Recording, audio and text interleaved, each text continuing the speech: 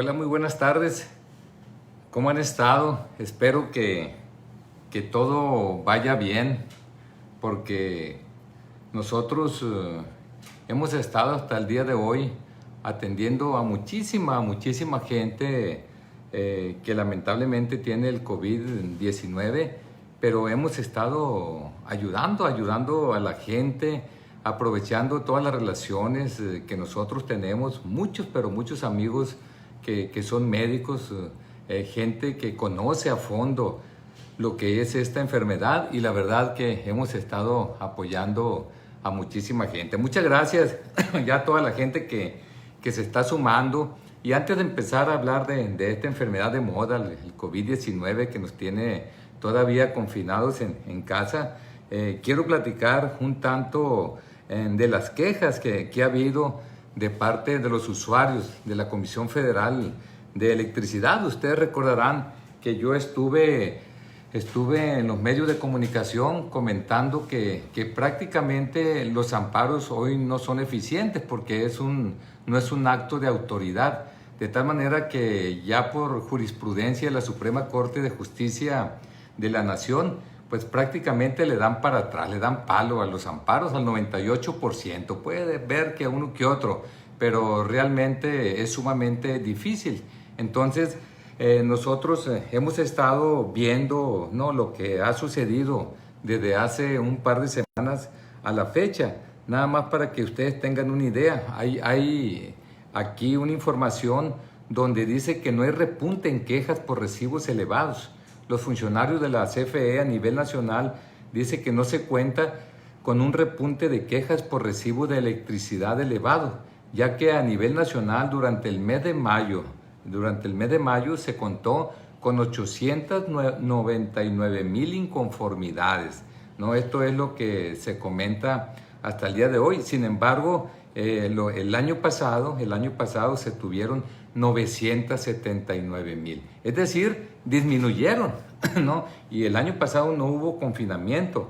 Hoy pues es una infamia lo que pasó, porque el gobierno nos pidió que nos quedáramos en casa y prácticamente para hacer negocio, ¿no? Yo sé que es para protegernos a nosotros, pero también es para hacer negocio, puesto que hay que decirlo de manera muy clara, tiene que haber sensibilidad de los diferentes órdenes de gobierno para que los recibos de la luz no lleguen, ¿no?, con esa cantidad estratosférica de aumento. Sobre todo, hay que decirlo, hay que apoyar a la gente, hay que apoyar a los hogares más pobres. En todos los países se están soltando millonadas y millonadas de pesos. ¿Para qué? Para que la gente se quede en casa y pueda comer, en primer lugar, y segundo lugar, pueda pagar los servicios públicos. Si aquí no se le da recurso económico a la gente, pues no cobren la electricidad en época de pandemia. ¿Qué le va a pasar al gobierno, hombre? Si esto es cada 100 años una pandemia. Yo creo que no entienden la magnitud del problema. Cabe aclarar aquí que un dato de la propia Comisión Federal de Electricidad dice que durante el mes de mayo un aproximado de 4 millones de hogares dejaron de pagar el servicio de electricidad a la Comisión Federal de Electricidad. Esto es lo que dice la CFE. Dice que hay 40 millones de usuarios, y que el 10% dejó de pagar, que en otros años ha sido el 3%. Luego entonces aumentó el 7%. De tal manera que nosotros seguimos insistiendo en que debe de haber sensibilidad, porque mucha gente que ha solicitado que le midan lo que gastó en el aparato, el medidor correspondiente, pues lógicamente pues estuvimos todo el mes de abril confinados, las 24 horas, y el mes de abril es tarifa cara. La tarifa subsidiada entra hasta el 1 de mayo, de tal manera que aquí lo que queda es apelar a la sensibilidad de lo que es el gobierno. Pero nosotros como Partido Sinaloense no estamos con los brazos cruzados. Queremos no jugarle el dedo en la boca a la gente. Queremos resolver el problema de fondo. Y el problema de fondo es conseguir lo que es la tarifa más económica, que es la 1F para Sinaloa, que no se ha podido. Hay muchos luchadores que han querido, que han hecho el intento, pero no lo han logrado.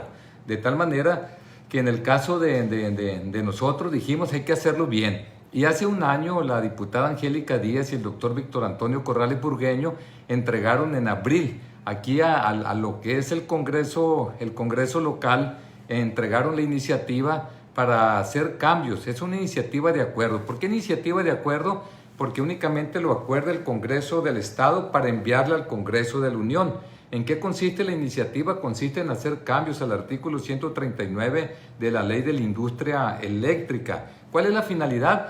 Que disminuya lo que es la temperatura mínima para poder tener para siempre lo que es la tarifa más económica, la 1F, aquí en el estado de Sinaloa. ¿A cuánto? De 33 a 30 grados. Esa es la propuesta que nosotros estamos haciendo. Sin embargo, esta iniciativa se quedó congelada en el Congreso local, y en el Congreso local de manera muy clara la Ley Orgánica de Funcionamiento de esa instancia dice que una vez que llega lo que son las iniciativas a las respectivas comisiones, tienen 6 meses para dictaminarla. Esto se venció en enero de este año y no fue dictaminada. De tal manera que nosotros presentamos un recurso aquí mismo en el Congreso local acusando al Congreso del Estado por omisión legislativa. Ellos lo tenían que entregar de manera inmediata, o lo entregaron de manera inmediata a lo que es el Tribunal Electoral del Estado de Sinaloa, y en los próximos días tendrá que darnos un resultado. A nosotros no nos gusta andar a medias tintas. Nosotros le damos seguimiento a las cosas. Ustedes se han dado cuenta cómo hemos luchado tanto por el cambio de horario aquí en Sinaloa, cómo en una ocasión nos quedamos a 2 votos en el Senado de la República. Es una lucha permanente la que nosotros tenemos, porque hay que hacer que valga lo que es la voluntad ciudadana. No se vale que una vez que se llega al poder ya se desdeña al ciudadano, como ha pasado con nosotros en el Congreso de la Unión, donde hemos llevado 285,000 firmas, 262,000 firmas, y hemos llevado muchas firmas. Sin embargo, ha habido oídos sordos. Pero bueno, esta demanda que nosotros hicimos aquí, quiero decirle lo siguiente: el medio de impugnación interpuesto, ¿no?, por el doctor Corrales Burgueño, y en donde ya se hizo solidario el partido sinaloense, fue radicado bajo el expediente TESIN, Tribunal de Sinaloa, JDP-04/2020. Esto del índice del Tribunal Electoral de Sinaloa. El magistrado ponente será Diego Fernando Medina Rodríguez, ¿no? El acuerdo del tribunal fue a partir del 9 de junio, cuando el presidente magistrado aquí en el Tribunal de Sinaloa, pues ya es al azar, ¿no? Ellos tienen una forma de trabajo, y ya tenemos un magistrado que está estudiando en este momento. En los próximos días va a mandatar al Congreso del Estado para que de manera inmediata pues tengamos el dictamen de la respectiva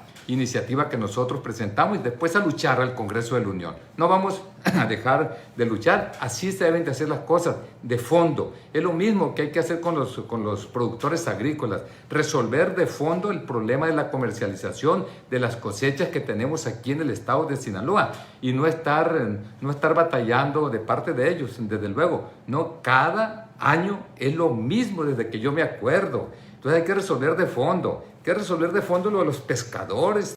Dicen, ahí está. Sin embargo, ustedes se dan cuenta que se están muriendo de hambre los pescadores, que están buscando en este momento, ellos el empleo temporal. Y cuando se busca empleo temporal, discúlpenme, no hay productividad, ¿no? De tal manera que esa es la situación que se está dando. Nada más quería dejar claro esta lucha que nosotros tenemos. Pero además, la lucha, ustedes vieron cómo se cambió lo que es la emisión de la convocatoria del 15 de septiembre al 15 de diciembre. ¿Qué convocatoria? La del próximo proceso electoral aquí en el estado de Sinaloa. Y nosotros desde un principio, el primer día dijimos que no. Ya al final, cuando se iba a votar aquí, qué bueno que nos acompañó Acción Nacional, me da mucho gusto. Pero nosotros no estamos de acuerdo con una situación de esa naturaleza, porque no hubo argumento. Desde luego que no nos vamos a quedar con los brazos cruzados. Discúlpenme, es que me llaman. Vamos a proceder como deben de hacerse las cosas, y vamos a trabajar fuerte al respecto. Ya pasando a lo que es el COVID-19, quiero decirles que aquí en México tenemos lo siguiente: hay 142,690 confirmados, y han muerto hasta el día de hoy 16,872 gentes. Aquí lo interesante de esto, y otra vez, vemos la luz al final del túnel.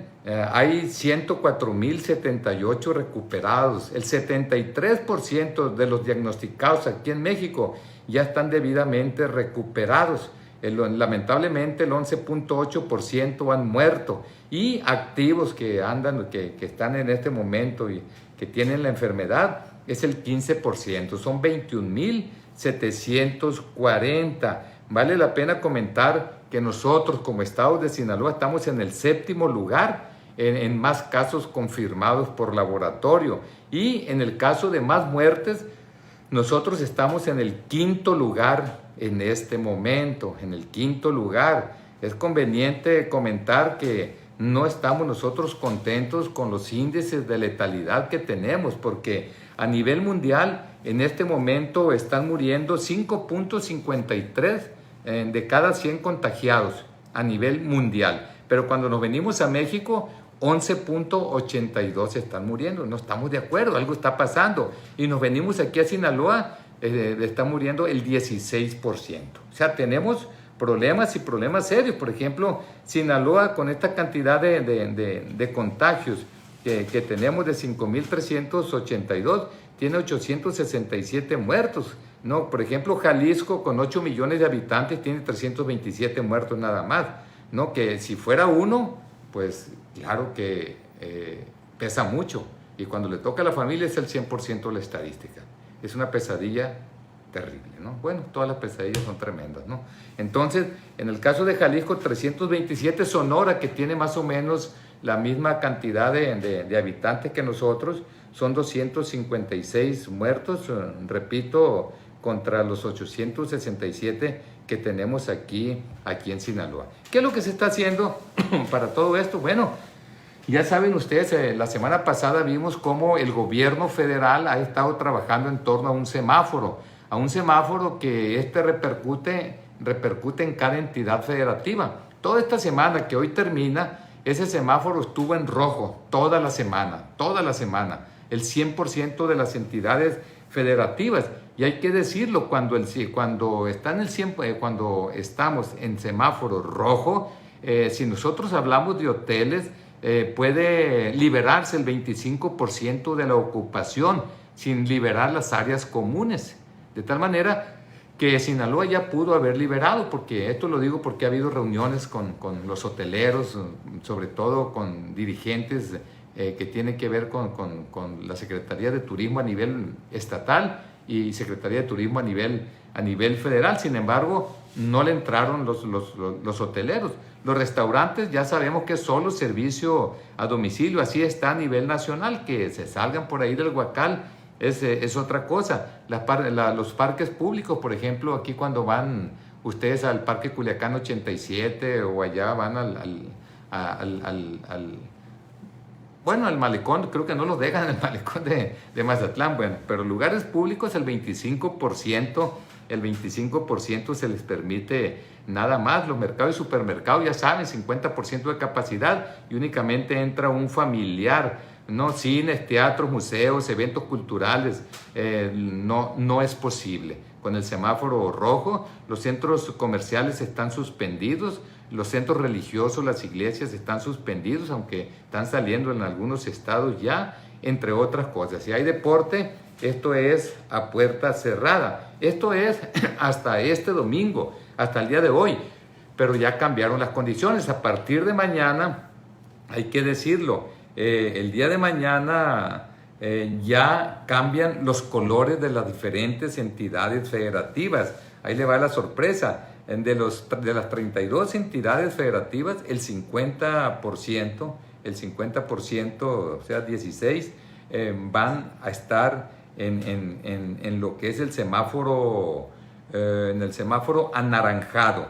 Y un semáforo anaranjado, por ejemplo, hoteles ya va al 50%, las áreas comunes al 50%, ya los bares y las albercas, los restaurantes al 50%, las peluquerías al 50%, pero solo con citas, pero ya es en el lugar. Los parques y plazas se va al 50%, lo que son mercados y supermercados al 75%, los gimnasios y albercas al 50%, Cines, teatros, ya va a comenzar con el 25%, centros comerciales también un 25%, y así, ya ustedes, para que se den una idea de la importancia de pasar de un color a otro. Debo decirles que en el caso del rojo nos quedamos nosotros como Sinaloa, no le hicimos.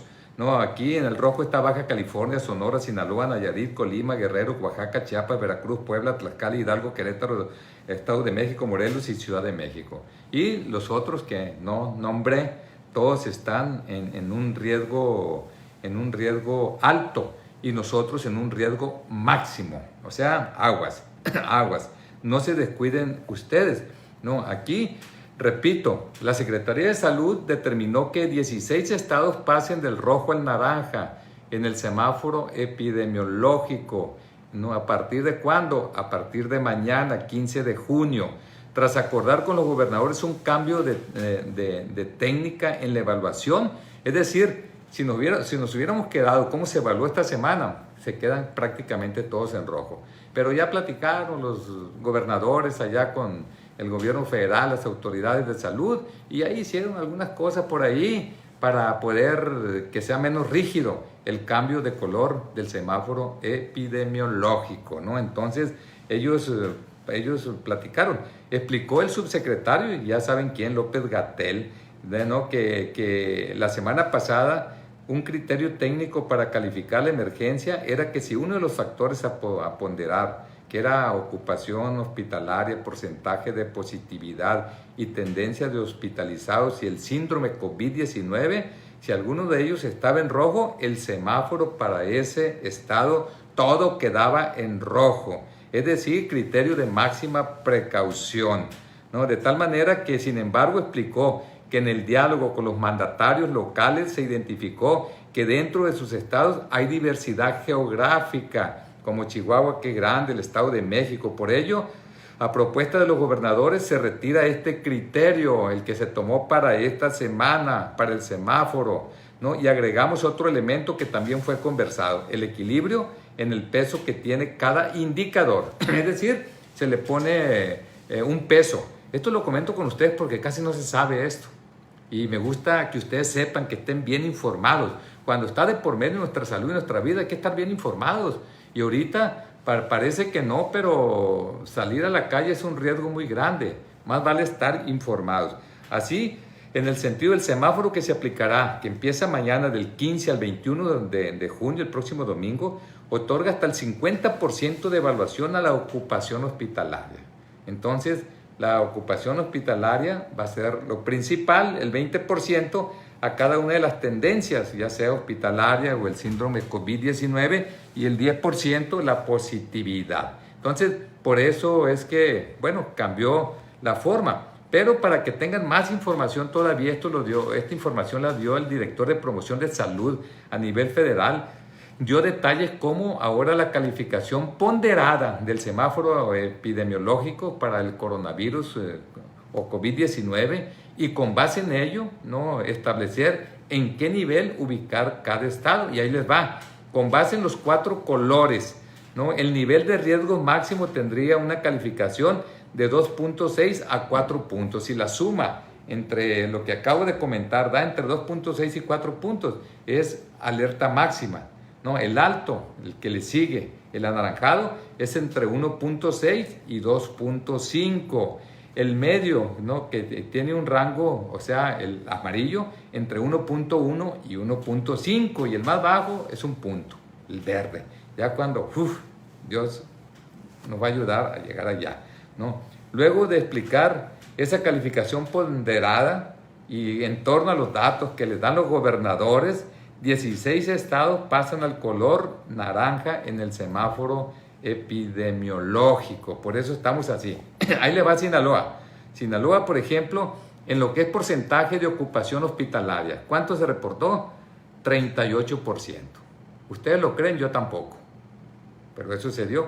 Ese está en amarillo, ¿no? Ese 38%. Tendencia de casos hospitalizados está en rojo. Tendencia de casos de síndrome COVID-19 en naranja. Porcentaje de positividad COVID está en rojo. puntos del semáforo, o sea, los puntos que tuvo Sinaloa, se necesita 2.5 para pasar al naranja. Ya nos quedamos en la orilla, 2.8 nada más. O sea que la semana que entra podemos pasar al color naranja, ojalá, y que sea mucha conciencia, ojalá que no sea a costa de muertes de sinaloenses, ojalá y que se hable con la verdad. Eso es lo más importante, no arriesgar la vida de los sinaloenses. Es muy importante una situación de este tipo. Por otro lado, dice la Organización Mundial de la Salud, dice, la pandemia empeora. Ahí está, pues. A lo mejor ustedes no le creen, pero yo sí le creo a la Organización Mundial de la Salud. El final de la pandemia del coronavirus está lejos. Alerta la Organización Mundial de la Salud, que explica que la situación general está empeorando. La mayor amenaza segura es caer en la complacencia. ¿Usted es complaciente? Usted dice, ahorita vengo, voy a ir aquí al súper. Es complaciente, no usa la mascarilla. Es complaciente, no se lava las manos. Aguas, se tiene que lavar las manos todo el día. Es complaciente, no trae gel antibacterial. Aguas. No, es muy importante no ser complaciente. Eso lo dice la Organización Mundial de la Salud, no lo digo yo, ¿no? Ante ello, advirtió que en México es una situación difícil, lo dice la Organización Mundial de la Salud, dice que ha habido casi 130,000 casos confirmados, 1,000 muertes hasta ahora, así lo dijo, ¿no? Esto fue el 13 de junio cuando lo dijo. De los 10 países que están reportando más casos en las últimas 24 horas, México está en 7º sitio y en 3er lugar de muertes. Pues, no estamos bien. No estamos bien. No podemos salir si no está aplanada la curva. Vean ustedes cómo ya España salió, ya tiene días que no tiene muertes. Vean cómo lo está haciendo Francia, Italia, Alemania. Vean cómo China en este momento tiene algunos problemas de rebrotes. Pero en México está así. Dijéramos, va así. Ay, parece que ya se va a curvear. No, va así. Entonces, no, la ciencia es bueno, la ciencia prácticamente siempre estamos cuestionando nosotros para llegar a la verdad. Entonces, la ciencia ayuda para poder nosotros tener certidumbre, certeza, ¿no? Y este es un seguimiento epidemiológico. Y una pandemia sigue su curso, no para. Una pandemia va así, después va así, ¿no? Así generalmente. Pero la cantidad de daño que produce es cuando se viene un ciclón. Y ustedes en el ciclón se van a la playa sabiendo que va a pasar el ciclón, pues se los va a llevar. O a lo mejor no se preparan en su casa y no ponen allí las protecciones de vidrios a pesar de que va a haber vientos arriba de 100 kilómetros por hora. Entonces le va a quebrar los vidrios, le va a dañar su hogar, su patrimonio, ¿no? Entonces lo que hacen es prevenir. Lo mismo en una pandemia. Si el gobierno apoya a la gente más pobre, si el gobierno está ayudando a las micro, pequeñas y medianas empresas, ¿no? Generalmente las secuelas desde el punto de vista de salud y vida son menores y las secuelas desde el punto de vista de nuestra economía son menores también, los daños. Entonces eso es lo que se tiene que dar, por eso lo quería comentar. Fíjense lo que dijo la Organización Mundial de la Salud. Esto lo dijo, ¿no?, el día de ayer, ¿no? Ayer lo dijo, 13 de junio.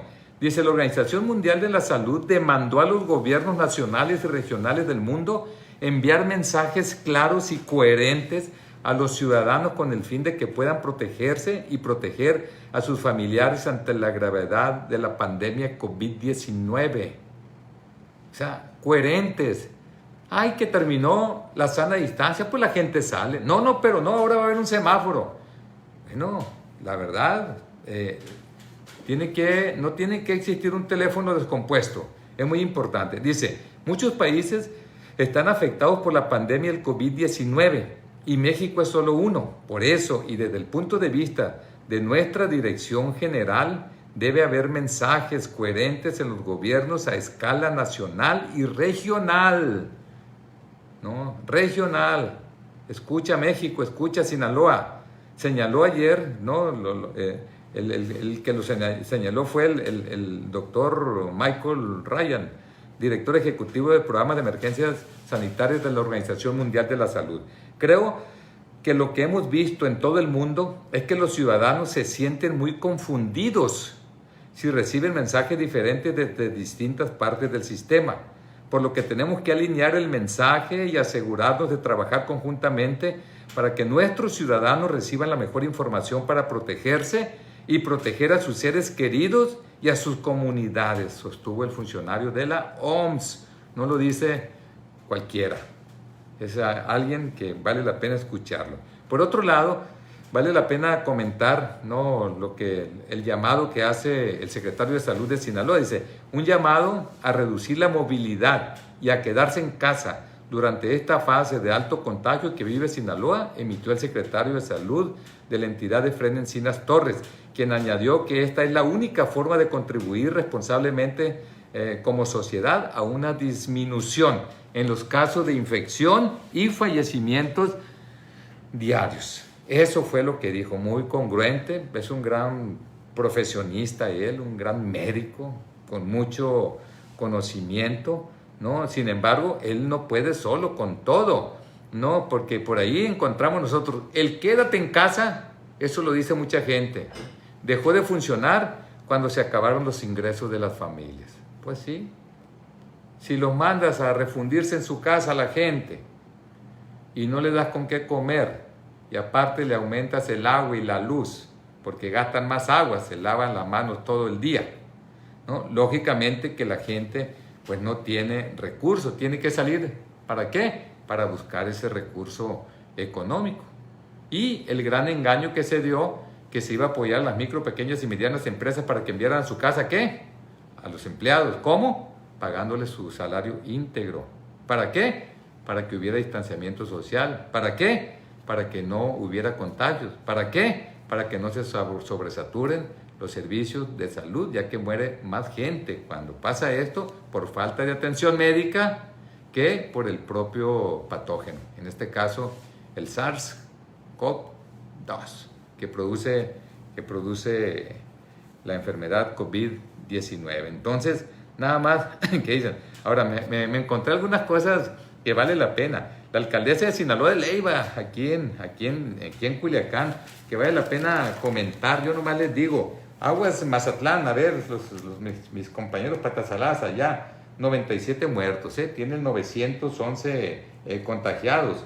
A ver, me voy por allá a Ome tienen 852 contagiados, 152 lamentablemente han muerto. Si nos vamos a Guasave, 573 contagiados, hay 74 muertos. Le está yendo muy mal a Guasave.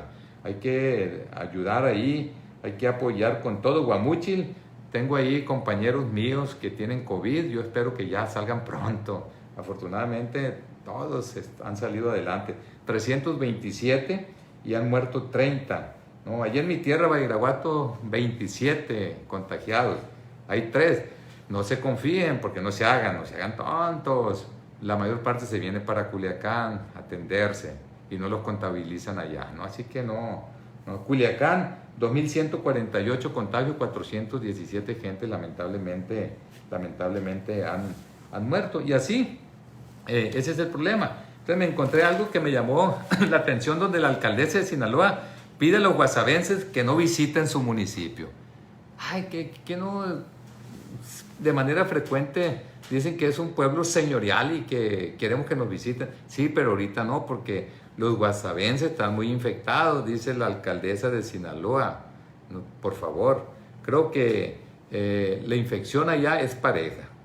Lo que pasa es que mucha gente se sale de Sinaloa de Leyva a atenderse a otros lugares y donde le sigue después de Sinaloa de Leyva es Guasave. Ya después, cuando no pueden, pues se van a otros lados, se pueden venir, se van a Culiacán. Entonces, eso sucedió. ¿Y qué creen ustedes?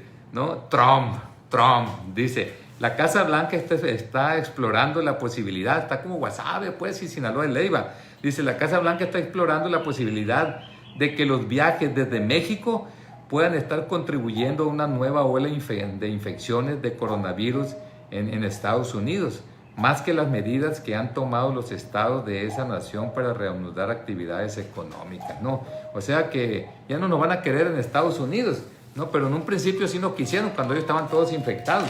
Estados Unidos nada más para que tengan una idea ustedes, tienen 2.074.000 infectados y han muerto lamentablemente casi 115.500 gentes allá en Estados Unidos, de los cuales alrededor de 1.300, 1.400 son mexicanos, lamentablemente, allí en Estados Unidos. Entonces, ya Trump dice que no va a querer que nos vayamos para allá. Ellos se quieren aliviar y dejarnos todo el problema a nosotros, así como cuando ellos dijeron, no queremos que lleguen aquí ya aviones desde la Unión Europea, mucho menos del continente asiático, porque nos están infectando a nosotros los norteamericanos.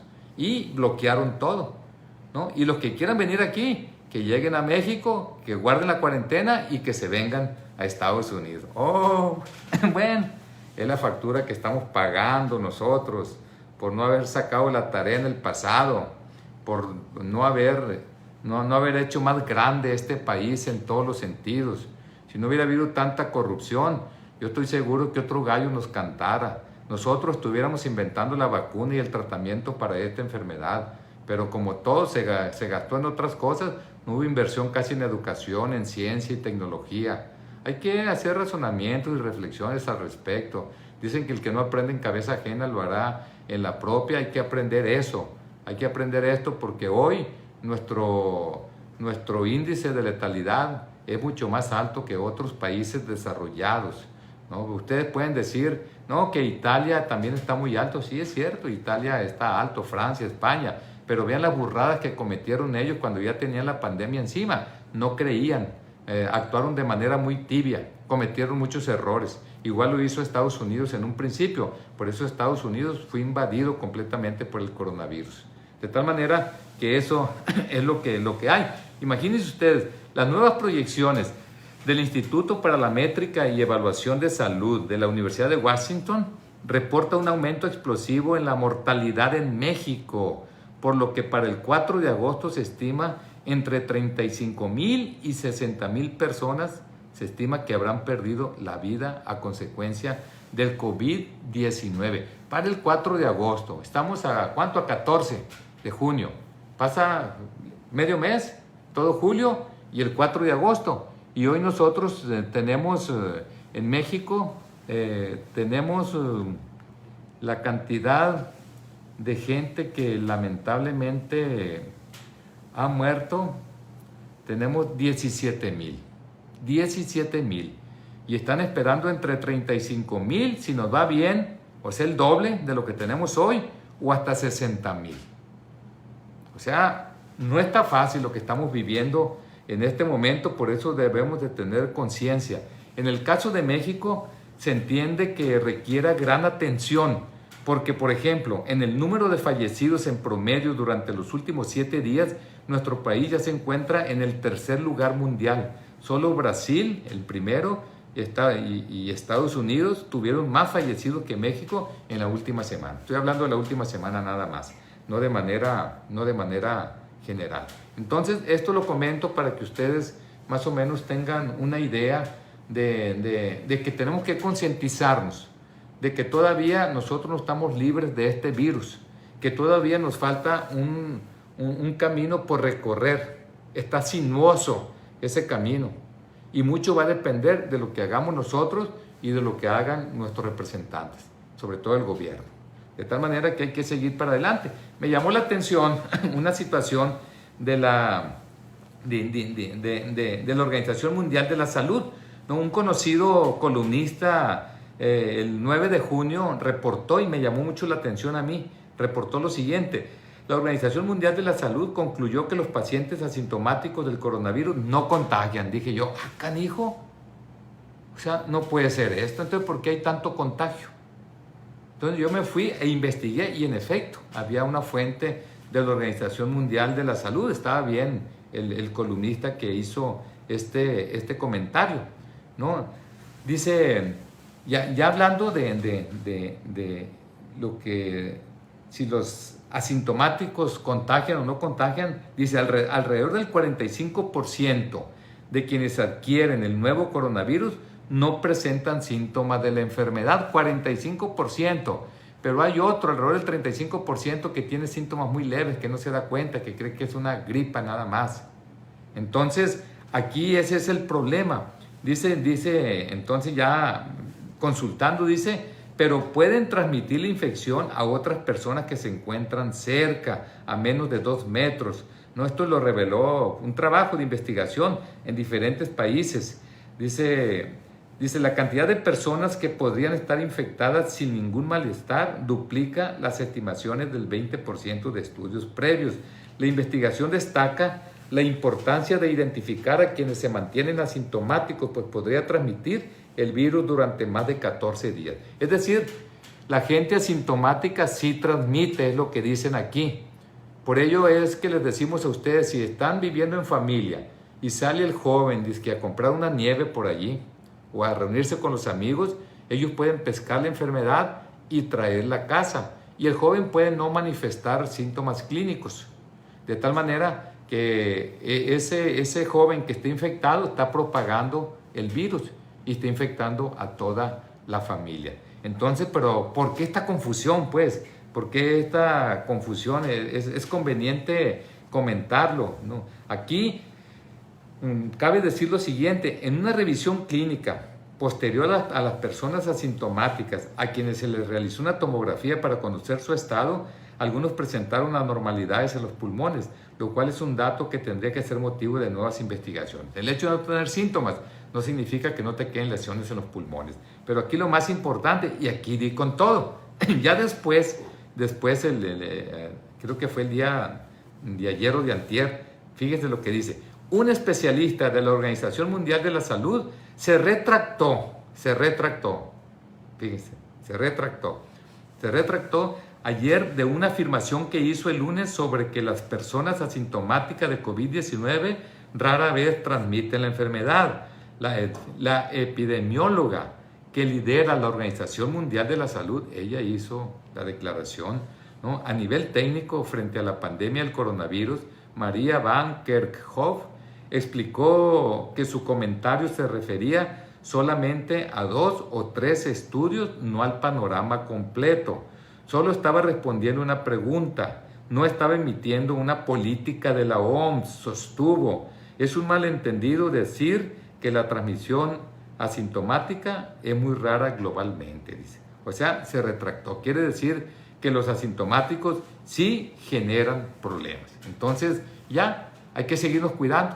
Lo que hemos comentado en este tipo de pláticas es cierto, pues podemos nosotros adquirir el contagio de este virus por personas que están completamente normales aparentemente, pero están infectados, pero no hay síntomas evidentes. De tal manera que eso ya quedó claro. Por otro lado, cabe comentar este dato.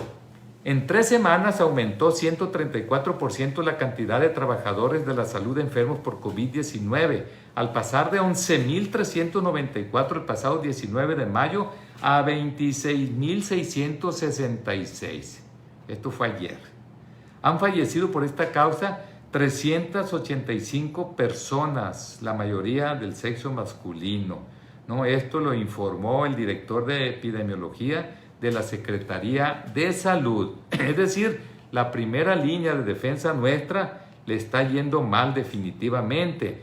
Y en torno a eso hay un movimiento nacional. Dice el médico Fabián Infante Valdés, impulsor del Frente Nacional de Trabajadores de la Salud, lanza la advertencia, dice, alrededor del 20% de los infectados por COVID-19 son del gremio. Imagínense ustedes, 20% quiere decir que no están bien protegidos.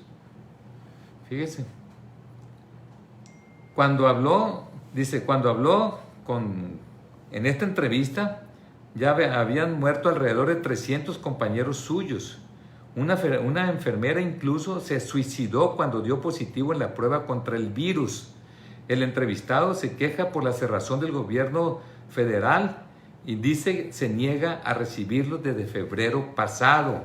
Dice, 2 días antes de suicidarse, la enfermera, aquí está el nombre pero no lo voy a decir, contagiada por COVID-19 y quien sufría un gran desgaste físico y emocional por atender a pacientes infectados, escribió este angustioso mensaje en su cuenta de Facebook. Esto fue lo que escribió. Mientras los muertos no sean tus muertos, no entenderás la gravedad de lo que estamos viviendo. Fíjense. O sea, sumamente difícil, ¿no? Por eso yo sé que a mucha gente que le ha tocado, pues lamentablemente así estamos. Dice, ¿a qué obedece este alto nivel de contagio? ¿No? Eso fue la entrevista que le hicieron. Simplemente a que somos la población más expuesta, a que directamente día con día tienes que lidiar con esta enfermedad contagiosa, porque ese es nuestro trabajo, así de sencillo. No es lo mismo tener contacto ocasional y durante pocos minutos con un infectado a durante jornadas diarias de 8 a 10 horas. Además, nuestro trabajo lo hacemos con un equipo de protección insuficiente y de pésima calidad, bajo constante tensión. Todo ese desgaste hace que nuestro organismo se inmunodeprima, bajan las defensas y por lo tanto que nuestras defensas, bueno, aquí dice que nuestras defensas bajen, haciéndonos muy vulnerables al virus. Dice, ¿por qué las enfermeras son todavía más vulnerables? Es la pregunta que le hacen al médico, porque ellas están mucho más expuestas al virus. El médico llega, revisa al paciente infectado, deja las indicaciones y luego se va. La enfermera tiene que estar junto al enfermo, tenerlo bajo su cuidado permanente y ahora por el déficit de personal hay enfermeras que atienden a 7 u 8 enfermos al día, tienen sobrecarga de trabajo. ¿Sí? Reconocimiento a todas las enfermeras y todos los enfermeros por todo lo que están haciendo. ¿No? Acaba de publicarse el día de ayer, por ejemplo, otro dato en Guasave, dice, agónicos llegan enfermos de COVID a los hospitales, están yendo tarde a Guasave, dice. ¿Cuántas veces hemos comentado aquí que esto tiene remedio? Que el índice de letalidad depende mucho de que la gente llegue temprano a la atención médica. Por favor, si usted habla al call center, al COVID-19, y le dicen que se vaya a su casa y tome paracetamol, hágales así. Nada de eso. Por ningún motivo lo haga. Vaya con el médico, que le dé un tratamiento paliativo, no únicamente paracetamol. De tal manera que lo que ha pasado en todo este tiempo es que lo mandan a su casa y dicen, métete a un cuarto. El menos contacto que tengas con tu familia, es lo que les dicen. Entonces, aislados lógicamente, sin un tratamiento como debe de ser, si su aparato inmunológico está fuerte, sale adelante. Pero si no está fuerte, el proceso inflamatorio va a ir aumentando. Y generalmente van al médico cuando ya hay insuficiencia respiratoria. Y bueno, ya es mucho más difícil sacarlos. Muchas veces llegan a que los intuben directamente. Y los intubados, arriba del 83%. Bueno, 83% aquí en hospitales me han dicho que está arriba del 90% en algunos. No sobreviven. De tal manera que es muy importante que no se dejen. Yo por eso a todos les digo, echen una llamada para acá, nosotros orientamos en ese aspecto. ¿Qué puede pasar con los rebrotes? Los rebrotes es que la curva de nueva cuenta aumente, ¿no? Y esto pudiera pasar, pero aquí en México no puede haber rebrotes, hombre, ¿no? ¿Cómo que no puede haber rebrotes? ¿No? Lo que pasa es que aquí en México rebrote es cuando el brote ya baja o desaparece. Entonces rebrote no hay, estamos en el brote. Claro que puede haber rebrotes como hay ahorita en Estados Unidos, como está pasando, por ejemplo, en Italia, el día de ayer hubo un rebrote, ¿no? En China hay rebrote también. Dice, es posible que la enfermedad se esté propagando de nuevo a medida que las sociedades reabren, ¿no? Así que aguas, hay que reabrir con mucha responsabilidad. Y la gente comienza a reunirse, sobre todo cuando las pruebas son inadecuadas, no hay pruebas aquí en México, y el distanciamiento social es insuficiente. Fallamos mucho nosotros como ciudadanos. No obstante, reconoció las presiones que se ejercen sobre los países para que vuelvan a la normalidad, especialmente para reducir los daños económicos que la crisis ha causado. Ya ahorita está poniendo por delante la economía sobre la vida de las personas y la salud de las personas. Empezó Estados Unidos sin que haya aplanamiento de curva, reactivó su economía y bueno, tiene problemas serios y nos arrastró a nosotros como mexicanos, porque aquí hay muchas empresas de ellos, miles de empresas estadounidenses que se necesitan reactivar también para poder que sus grandes empresas allá tengan el producto terminado. Entonces nos abrieron antes de tiempo y conste que ellos nos llevan semanas adelante. O sea que si ellos abrieron de manera papasagüe el asunto, nosotros de manera verde completamente abrimos aquí en México. Por eso no nos está yendo bien. El Ayuntamiento de Pekín, allí en China, ordenó cerrar 2 mercados y aplazar el regreso de los alumnos de primaria a las aulas tras la aparición de 3 nuevos casos en la capital china después de 2 meses sin contagio. Esto lo comento, es muy importante Es muy importante porque ya se está poniendo por delante la cuestión de la economía. Dice, el secretario del Tesoro de Estados Unidos dijo que si se paraliza la economía se van a provocar más daños, es lo que dice. Por eso ya hay que abrir. El secretario del Tesoro de Estados Unidos dijo este jueves que el país no debe paralizar la economía nuevamente, incluso si hay otro aumento en los casos de coronavirus. O sea, ya no, ya hay que darle prioridad a la economía, ¿no? El señor presidente de la República, Andrés Manuel López Obrador, dijo, en el país no se espera un rebote de coronavirus, al contrario, ya vamos para abajo, aseveró el presidente Andrés Manuel López Obrador. Pues yo no sé, a lo mejor López-Gatell hizo este comentario, no vemos que esto vaya para abajo todavía, lo decimos de manera franca y sincera, nosotros respetamos mucho a la autoridad, pero nosotros no queremos que se afecte a la gente. Nada más para que tengan una idea todas y todos ustedes. No, ahí en Pekín, un nuevo brote de COVID-19 en el principal mercado de distribución de alimentos de Pekín. Tras casi 2 meses sin nuevos casos en China, disparó la alarma ante la amenaza de una nueva oleada del virus que amenace lo conseguido para controlar la pandemia del gigante asiático. Y fíjense ustedes, nada más para que tengan una idea, ojalá y nosotros tuviéramos una partecita de esto en México.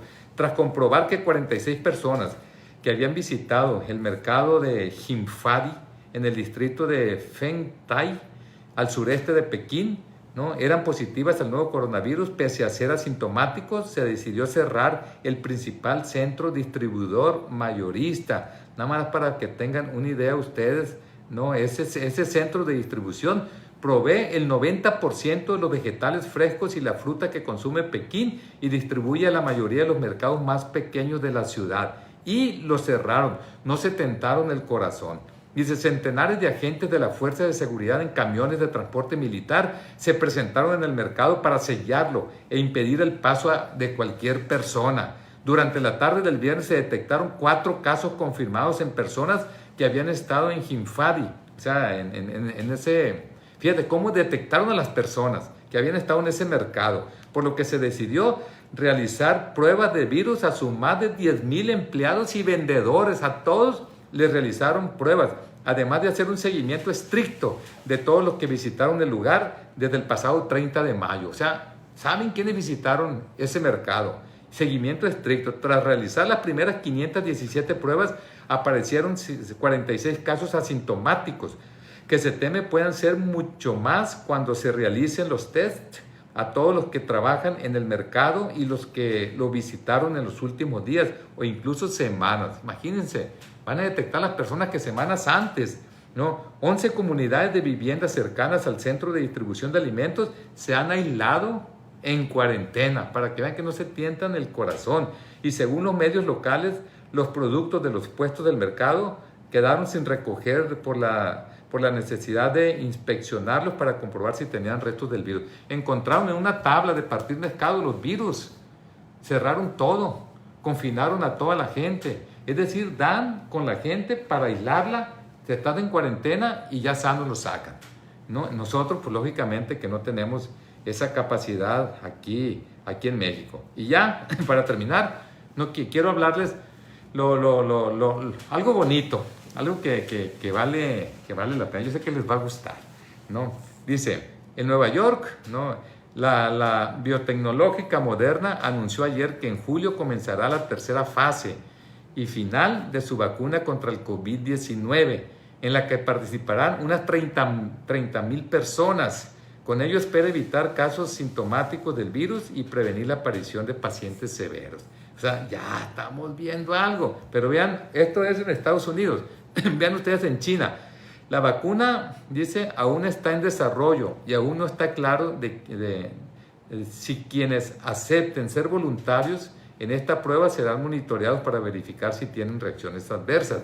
Dice, China está ofreciendo, yo me apunto, a empleados de algunas grandes empresas estatales la opción de ser inoculados con 2 vacunas contra el coronavirus actualmente en desarrollo, mostrando la rapidez con la que las autoridades chinas se están moviendo para probar la viabilidad de las vacunas.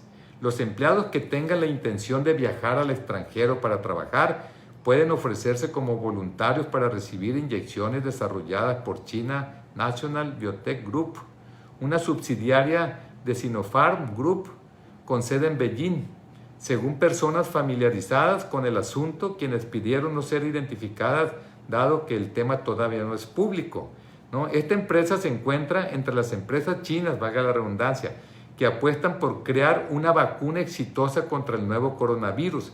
Actualmente hay 5 vacunas candidatas, ¿no? Candidatas chinas en la etapa de prueba en humanos, compitiendo con productos desarrollados por compañías farmacéuticas globales como AstraZeneca y Moderna, que pueden poner fin a la pandemia de COVID-19 y permitir que los países amplíen sus reaperturas. O sea, ya se está viendo, pero aquí viene algo todavía mejor. Ahí les va. Alemania, Francia, Italia y Países Bajos firmaron un acuerdo con el grupo farmacéutico AstraZeneca para garantizar el suministro a la Unión Europea de 300 millones de dosis de una vacuna contra el coronavirus, indicó el gobierno alemán. El contrato prevé la distribución de las dosis de forma proporcional a la población de cada país de la Unión Europea en cuanto esté disponible la vacuna, que en el mejor de los casos se espera para finales de este año. La cifra de dosis pactada es de 400 millones que estarán a disposición de toda la población europea. La estadística del Banco Mundial sitúa 447 millones, lo que son los habitantes de la Unión Europea. Si no me equivoco, son 28 países. La vacuna de AstraZeneca es desarrollada en colaboración con la Universidad de Oxford, ¿no? Que es allá del Reino Unido, es inglesa. Y es solo una de las 10 vacunas en proceso de pruebas clínicas. La empresa anglo-sueca firmó recientemente acuerdos similares con Gran Bretaña, Estados Unidos y diversas organizaciones para fabricar 700 millones de dosis. Quiere decir que va avanzando. Por eso, el hecho de confinarnos nosotros en casa, estamos dando oportunidad de que se le dé lógicamente la atención médica a la gente que se está contagiando. Es muy importante. Pero además le estamos dando oportunidad a los científicos para que ya se produzca, inventen lo que es la vacuna para prevenir el contagio de la COVID-19. De eso se trata fundamentalmente, y ya también hay algunos medicamentos eficientes. Acaba de anunciar algunos medicamentos muy importantes Rusia también. De tal manera que estamos mejorando en todos los sentidos, y con ello poco a poco vamos a ir perdiendo nosotros la ansiedad. Es muy importante, por ejemplo, habitantes del municipio de Las Rosas, ¿no? Allá en Chiapas, causaron daños en la alcaldía, en el hospital básico comunitario de la localidad ayer por la madrugada. Además incendiaron una ambulancia y atacaron la casa del alcalde de ahí, que es de Morena, en protesta porque autoridades de salud realizaron fumigaciones para prevenir el dengue. Es que hay mucho dengue. ¿Y saben por qué hicieron todos estos desmanes? No, fuentes gubernamentales dieron a conocer que los inconformes alegaron que la autoridad de salud esparciera un veneno o coronavirus para matar a los pobladores. Imagínense el grado de desconfianza de la gente con sus autoridades. Y ahora sí, déjenme ver qué tanto llevamos, porque ya me critican mucho, porque dicen que estoy mucho tiempo. Si quieren les hablo un poquito de economía muy rápido, o ya la terminamos aquí. No, pues ya escuché que si quieren. Bueno, el Banco Mundial presentó su informe trimestral. No, ustedes, nada más para que se den una idea, nosotros estaba el pronóstico antes de la pandemia que el mundo iba a crecer casi el 3% del Producto Interno Bruto Mundial, desde luego, ¿no? Ya ahorita el Banco Mundial acaba de decir que va a haber una recesión del menos 5.2%, o sea, cae la economía mundial menos 5.2%, ¿no? Y México se calcula menos 7.5%.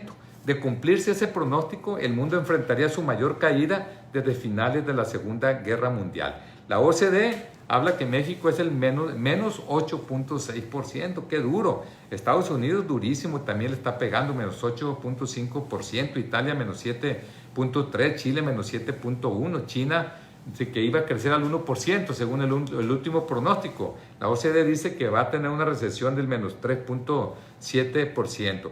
El problema es que hace 2 días JP Morgan, que es una financiera de las más antiguas de Estados Unidos, con mucho prestigio, prevé desplome de la economía mexicana 10.5%. Imagínense ustedes todo lo que podemos ver. Entonces, esta reflexión es importante. México es uno de los países más vulnerables para una crisis con las características que tiene el COVID-19. El coronavirus nos agarró fríos, con cero crecimiento. Le pegó con fuerza a los sectores y rubros que estaban creciendo, como al turismo, a las remesas, a la exportación de automóviles y manufacturas. Es decir, no veníamos bien y nos pegó más duro todavía. Y este detalle importante, México hila ya 3 meses consecutivos de fuga de capitales. Los bonos, o sea, la verdad que nos ha ido mal. En esta pandemia, nada más para que se den una idea, la fuga de capitales en bono es alrededor de 322.850 millones de pesos, que esto equivale a 13.930 millones de dólares. Nada más para que se den una idea. 1 millón de mexicanos, más de 1 millón, quedaron desempleados. Pero esto lo dice el Seguro Social, ¿no? El Seguro Social habla de 1.030.000, pero del puro Seguro Social. Conocimos una encuesta del INEGI telefónica donde habla de más de 12 millones de desempleados. Hay que recordar que arriba el 50% de los empleos aquí en México están en la informalidad. Entonces, para que vean ustedes que va a haber una secuela, no únicamente el problema de salud que nosotros tenemos, sino que es una secuela económica. Por eso viene el problema, ¿no? El problema del por qué los empresarios quieren regresar a trabajar. Y aquí en Sinaloa se habla en esta pandemia hasta el día de hoy de 45.022 puestos de trabajo formales menos, formales. Imagínense la cantidad que habrá aquí de desempleados en Sinaloa. Vean ustedes, por ejemplo, los empleados de playa, aquí los choferes, ¿no? los meseros, bueno, muchísima gente, de tal manera que nos está pegando fuerte lo que tiene que ver, y los empresarios aquí en Sinaloa, pues ya quieren regresar el día de pasado mañana. Ellos ya tienen planeado la intercamaral, y ya con esto cierro. Dice que los empresarios de la intercamaral también compartieron un documento, el cual no cuenta con el sello oficial, pero ya se corroboró que esto es cierto.